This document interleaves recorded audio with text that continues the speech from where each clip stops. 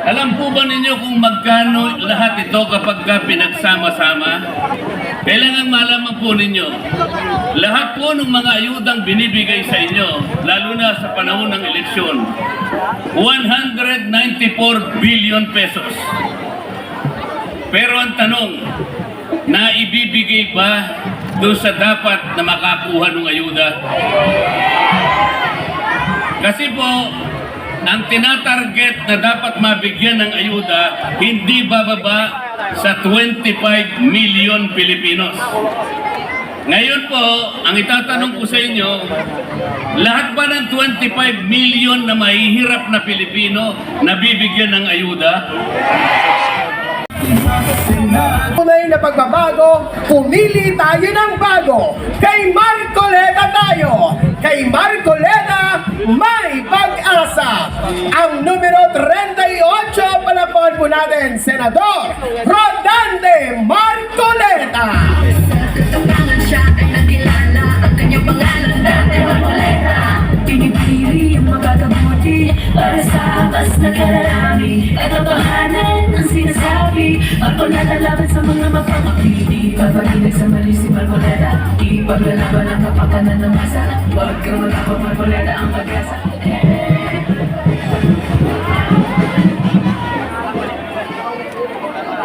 Kumusta po kayong lahat?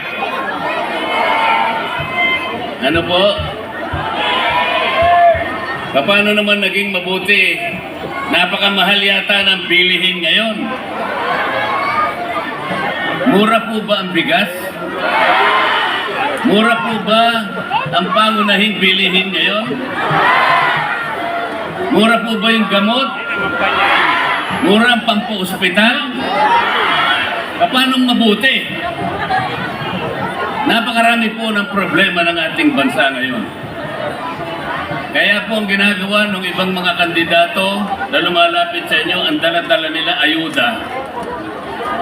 Merong AIX, merong MAIP, merong TUPAD, merong AKAP, maliban pa sa 4-piece. Alam po ba ninyo kung magkano lahat ito kapag pinagsama-sama?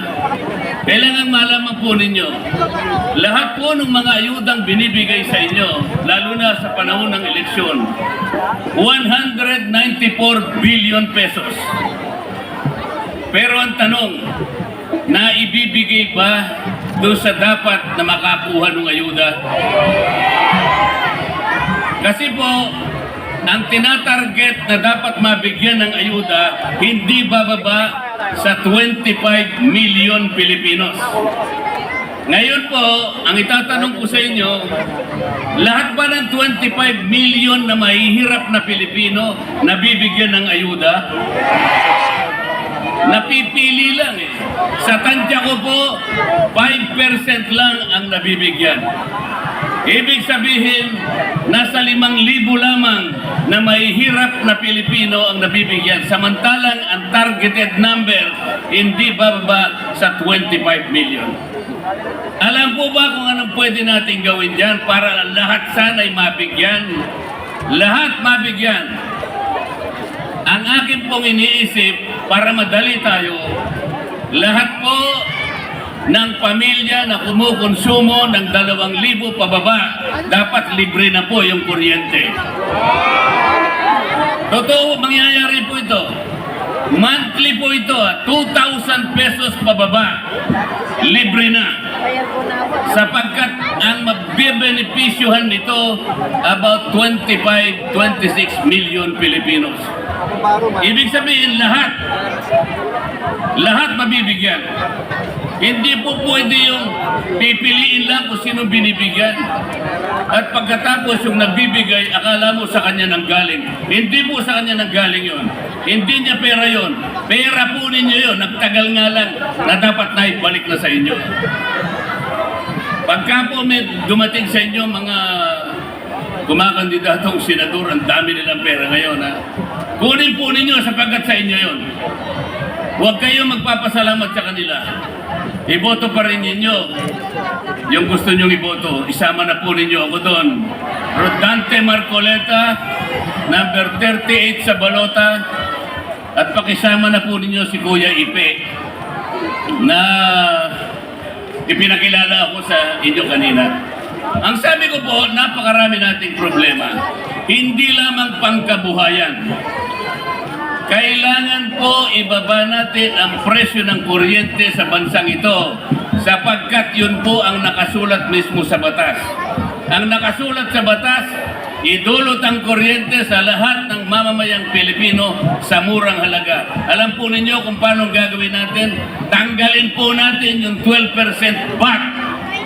Sapagkat tayo lang na Pilipino, ang bansang Pilipinas lang ang merong VAT. Pumunta kayo sa Vietnam, pumunta kayo sa Malaysia, pumunta kayo sa Cambodia, walang VAT dito lang. Kaya humihirap ang buhay natin. Pag mura ang kuryente, babangon ang maraming pagawaan, babangon ang negosyo, marami magkakatrabaho, dagdag na kita sa Pilipino. Yun po ang kailangan natin. Hindi ayuda, pampasikat lang sa kanila. Akala mo pera nila nanggaling sa bulsa. Mga kababayan, hindi na po ako magtatagal. Kasi po, meron lang kaming mga ilang minuto. Importante lang po sa akin, makita ko kayong lahat at masabi ko sa inyo ang dapat niyong malaman. Isa pa pong malaking problema ng bansa natin ang pagkakahati-hati bilang Pilipino. In-impeach nila ang Vice President, mahati na naman tayo. Dinukot nila si dating Pangulong Digong, dinala sa malayong lugar. Nahati-hati na naman. Nalungkot ang maraming Pilipino kung hindi man lahat.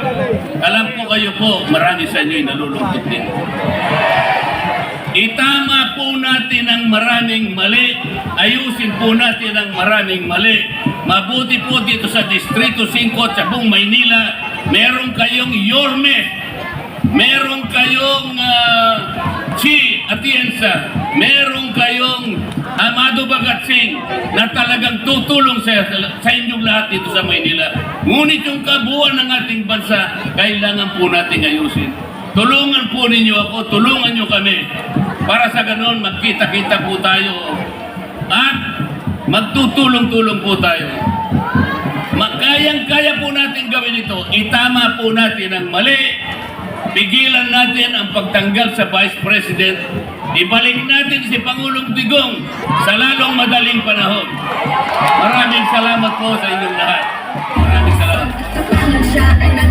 Maraming salamat po muli po.